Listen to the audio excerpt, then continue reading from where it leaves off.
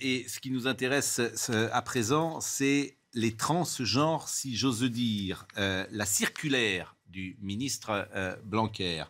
Il s'agit de veiller, a écrit M. Blanquer, il s'agit alors de veiller à ce que le prénom choisi soit utilisé par l'ensemble des membres de la communauté éducative, le respect de l'identité de genre d'un élève ne devant pas être laissé à la libre appréciation des adultes et des autres élèves. Il a été nommé pour une meilleure prise en compte des questions relatives à l'identité du genre en milieu scolaire. Le ministre de l'Éducation... C'est toute l'école, Pascal?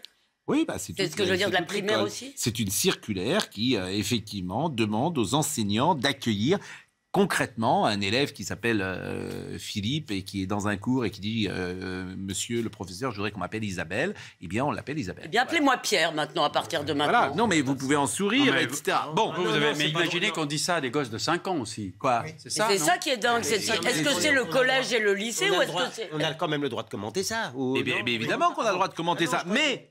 je voudrais qu'on écoute Éric Zemmour. Non, vous voulez d'abord... Ah non, commentez parce qu'il y a une polémique dans la polémique maintenant. Mais commentez, dites-moi ce que vous en pensez. Moi, je pense que c'est effrayant. Oui. C'est extrêmement étonnant de la part d'un esprit assez brillant comme M. Blanquer de céder à l'idéologie woke. C'est extrêmement... C'est pas woke, ça. Oh, si, le genre, si, c'est woke. C'est la fluidité des identités. Aux États-Unis, maintenant, dans la Maison-Blanche, il y a des toilettes neutres où ceux qui ne se sentent ni hommes ni femmes doivent aller. Vous êtes sûr de ça? Ah ben oui. Vous êtes allé à la Maison-Blanche récemment? Pas récemment. Non, mais il y a eu une grande polémique aux États-Unis sur les toilettes. Sur les toilettes. Non, mais je vous assure. Et il y a eu des tribunes. Il y a eu des tribunes. Il y a eu des tribunes d'éminents psychiatres et psychanalystes dans Marianne et dans l'Express, pour dire à quel point il était dangereux de céder, dangereux pour les enfants, de céder à ces idéologies-là, puisque, effectivement, dans les premières années, on n'a pas choisi son nom, on n'a pas choisi son sexe, et on tâtonne. Et obliger les mômes à prendre parti de temps en temps, à 4 ans ou à 5 ans, à 6 ans, à faire des traitements chimiques à 12 ans ou à 13 ans ou à 15 ans, ça finit, comme en Suède, par des suicides. Non, mais surtout, alors, est-ce qu'on peut écouter C'est exactement ça. C'est exactement ça. Pardon, d'abord, pardonnez-moi, je voulais signaler à l'attention de nos téléspectateurs, il y a un excellent livre de Claude Habib, très courageux, qui vient de sortir, qui s'appelle La question trans. Vous en parlez dans Causeur. On en parle dans Causeur, mais tu vois, j'allais même pas faire de pub pour Causeur, je voulais faire de la pub pour ce livre. Et elle avait fait un entretien et qui montre en fait, il y a une mode. C'est ça le problème. Ça part effectivement du refus de la différence des sexes. Maintenant, dire qu'il y a des hommes et des femmes, c'est absolument réactionnaire. J'espère, vous vous rappelez tous, qu'est-ce qui vous dit que je suis un homme? On a tous ça en tête. Mais ça peut exister à 30 ans, les gens, bon, peut-être, je ne veux pas me hasarder là-dessus quand ils sont adultes. Mais les enfants, maintenant, vous avez des parents qui trimballent leur môme sur des plateaux de télé. La petite Lily, là, je me rappelle, et qui montrent leur belle âme à eux, de parents. Vous regardez comme nous sommes ouverts, parce que dès que leur enfant a dit « Oh, j'aimerais bien être habillé comme une petite fille », hop, c'est parti. Transition de genre. Ce que je vous propose, intéressant d'écrire un livre sur le ressort de notre société dans tous les domaines, la déconstruction. C'est partout. Mais c'est écrit, si vous me permettez. C'est partout et de temps en temps, ça fait... La déconstruction.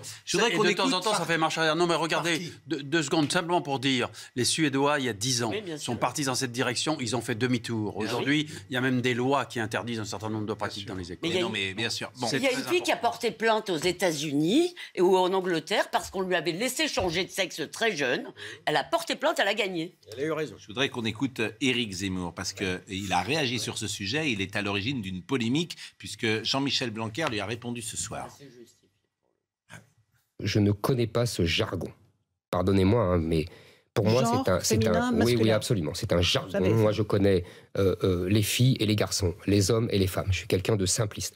Voilà, je ne connais que ça. Et je ne connais pas les fumeuses théories du genre et les dysphories de genre, surtout avec des enfants. Je répète, ce sont des enfants. Et là, pour cette histoire de genre, de transsexualité, qu'est-ce qu'il dit? Il dit en fait que les professeurs doivent se soumettre à cette nouvelle idéologie. Par exemple, si un enfant, je le répète, vient dire « Ah ben non, je suis pas une fille, je suis un garçon », on doit le prendre en cause, on doit ne plus l'appeler elle, on doit admettre son nouveau prénom. Et puis quoi encore ? Vous savez, c'est vraiment criminel. La vérité, c'est que qu'est-ce qu'on va faire après? On va bloquer par des piqûres, on va bloquer la puberté de ces enfants. Parce que pour qu'ils décident après quel est leur genre. Mais vous vous rendez compte, on est vraiment dans le docteur Mengele, quoi.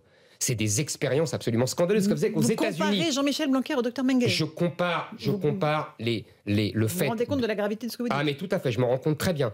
Je compare simplement les expériences qui sont faites sur des enfants. Aux États-Unis, il y a des cliniques de transition de genre pour des enfants de 3 ans. Vous appelez ça comment, vous? Moi, j'appelle ça des expériences du docteur Mengele. Ce n'est pas le cas en France. Non, ce n'est pas le cas en France. Mais Monsieur Blanquer adoube ce genre d'expérience. Ce qui m'intéresse ce matin de vous faire parler, c'est alors ce que j'ai découvert qui est très peu, commenté. Exactement dans la presse, c'est la circulaire qu'a écrite Monsieur le ministre de l'Éducation nationale, Monsieur Blanquer. Il a publié jeudi une circulaire destinée à mieux accompagner les élèves transgenres à l'école afin de clarifier le rôle que doit tenir l'institution face aux transitions de genre. À l'école. À l'école. Bah oui. Donc ça commence dès le primaire, c'est quoi l'école? Oui, non mais tu peux t'interroger sur un gosse de 12 ans ou 13 ans qui veut changer de genre. Tu peux t'interroger. Et c'est pour ça que Marie-Estelle Dupont est là. Cette circulaire vise à donner des lignes directrices au personnel d'établissement qui peuvent se trouver légitimement déstabilisés par ces demandes et en tout cas, en tout état de cause, se trouvent confrontés à des questions très pratiques auxquelles les réponses apportées sont aujourd'hui disparates et souvent improvisées. Bon. Mais concrètement, l'élève peut demander à être désigné par un nouveau prénom. Et un nouveau pronom. S'il s'appelait Raoul et que tout d'un coup il s'appelle Ginette, forcément il doit changer de prénom. Yvonne, c'est pas mal non plus. Le choix des prénoms est déjà assez tendancieux. Je voulais que ce soit un thème sérieux. Je veux bien qu'on fasse, qu'on s'amuse avec ça, mais moi ça m'amuse pas tellement. Les enfants s'appellent davantage Léo et Clara aujourd'hui que Raoul et Ginette, mais peut-être que vous connaissez d'autres enfants, j'en sais rien. Bon. Mais je trouve ça joli, Raoul et Ginette. Mais je suis d'accord. Tu vas voir qui c'est Raoul. Alors évidemment, Éric Zemmour a répondu hier. Pour tout vous dire, je trouve qu'il a répondu d'une manière intéressante. Et puis après, il a fait une comparaison qui me paraît, on va l'écouter, qui ne paraît pas la bonne comparaison. Mais Marie-Estelle Dupont, vous qui êtes psychologue et clinicienne, qu'est-ce que ça vous inspire lorsque vous entendez qu'un enfant de 12 ans, 13 ans peut émettre le souhait de changer de prénom? Et moi, je trouve qu'il est quand même très très jeune pour ce type de décision et que le ministère de l'Éducation fait une circulaire dans ce sens. Ça m'inspire que je suis affligée parce que l'enfant à la puberté s'interroge sur son identité de genre. C'est normal. La puberté, c'est un deuil. C'est le deuil du moi idéal, c'est le deuil de la toute-puissance, c'est le deuil de l'androgynie, de l'enfance aussi. Et le rôle des adultes, c'est d'accompagner l'enfant qui n'est plus tout à fait enfant et pas encore adulte dans ce processus de deuil pour qu'il aime son genre. On est garçon, on est fille, on va devenir homme ou femme avec la puberté et tous les processus psychiques qu'il y a autour. Mais le rôle de l'adulte, ce n'est pas de fixer la difficulté psychique en disant on passe à l'acte, on opère, on intègre. C'est comment est-ce que je vais te faire aimer ton genre. Je ne crois pas qu'on aide les enfants en leur faisant absorber. Donc, il ne faut pas écouter les enfants. Cette mode. En fait, la bien parole. Sûr, là, il y a une différence entre écouter et adhérer à un moment critique de la vie qui est la puberté. Aujourd'hui, il y a une mode aux États-Unis. À partir de 4 ans, on peut décider qu'on change de sexe. Attendez, on est en train de m'expliquer que d'un côté, c'est un crime de manger un steak, mais de l'autre côté, il n'y a pas de problème. On fonce tout droit dans un délire psychotique. L'être humain, sa liberté, elle s'inscrit dans les coordonnées du temps, de l'espace, de la différence des sexes, de la différence des générations. À partir du moment où vous niez la différence des générations, où la mère et la fille s'habillent pareil, ont le même âge, on a un problème. À partir du moment où vous niez la différence des sexes, on a un problème. Il faudra toujours un principe masculin et un principe féminin pour faire un bébé, quels que soient les contournements technologiques. Pourquoi ces paroles de bon sens qui ont animé la société française, en gros, jusqu'à il y a 20 ans? Pourquoi ce que vous dites, qui paraît tellement évident et de ça, pourquoi aujourd'hui on a vrillé? Mais parce que je crois que on est vraiment dans l'époque du transhumanisme. C'est-à-dire qu'on est dans une époque qui, au lieu de comprendre que la liberté humaine n'est pas l'absence de contraintes, mais qu'est-ce que ça me fait, ces contraintes, et qu'est-ce que j'en fais, et comment je transforme, et comment je m'inscris dans le réel, on veut atomiser la réalité biologique. Mais il y a une réalité biologique. Et on doit l'accepter. Quand Freud dit l'anatomie, c'est le destin, il prend acte de ce roc sur lequel l'être humain va naître, vivre et mourir. Et le problème, c'est qu'aujourd'hui, la mode, c'est de déconstruire l'hétérosexualité. Mais c'est n'importe quoi. Enfin, on est en train de se suicider psychiquement. Vous diriez que c'est la mode de détruire ou c'est d'écouter ceux qui ne sont pas hétérosexuels? Il faut comprendre que les adolescents, ils sont poreux. Ils se cherchent des nouveaux modèles. Ils se cherchent des modèles différents de leurs parents et c'est important pour devenir adultes. Mais donc, si on leur met toute la journée dans la tête des discours de déconstruction de la loi biologique, on génère un mal-être. Alors, je voudrais qu'on écoute Éric Zemmour là-dessus, et après je vous donne la parole. Oui, l'hétérosexualité, c'est deux choses différentes, tout à fait, bien sûr. Non, mais je voudrais qu'on écoute, parce que ce qu'a dit Éric Zemmour, vous étiez présent d'ailleurs à ce moment-là sur le plateau avec Laurence Ferrari, ce qu'il a dit sur ce sujet, et Laurence l'interroge, on lui dit, transgenre, binaire, non-binaire, pardon, qu'en pensez-vous? Je ne connais pas ce jargon. Pardonnez-moi, hein, mais... Pour moi, oui, absolument. C'est un jargon. Moi, je connais les filles et les garçons, les hommes et les femmes. Je suis quelqu'un de simpliste. Voilà, je ne connais que ça. Et je ne connais pas les fumeuses théories du genre et les dysphories de genre, surtout avec des enfants. Je répète, ce sont des enfants. Et là, pour cette histoire de genre, de transsexualité, qu'est-ce qu'il dit? Il dit en fait que les professeurs doivent se soumettre à cette nouvelle idéologie. Par exemple, si un enfant, je le répète, vient dire « Ah ben non, je suis pas une fille, je suis un garçon », on doit le prendre en cause, on doit ne plus l'appeler elle, on doit admettre son nouveau prénom. Et puis quoi encore? Vous savez, c'est vraiment criminel. La vérité, c'est que qu'est-ce qu'on va faire après? On va bloquer par des piqûres, on va bloquer la puberté de ces enfants. Parce que pour qu'ils décident après quel est leur genre. Mais vous vous rendez compte, on est vraiment dans le docteur Mengele, quoi.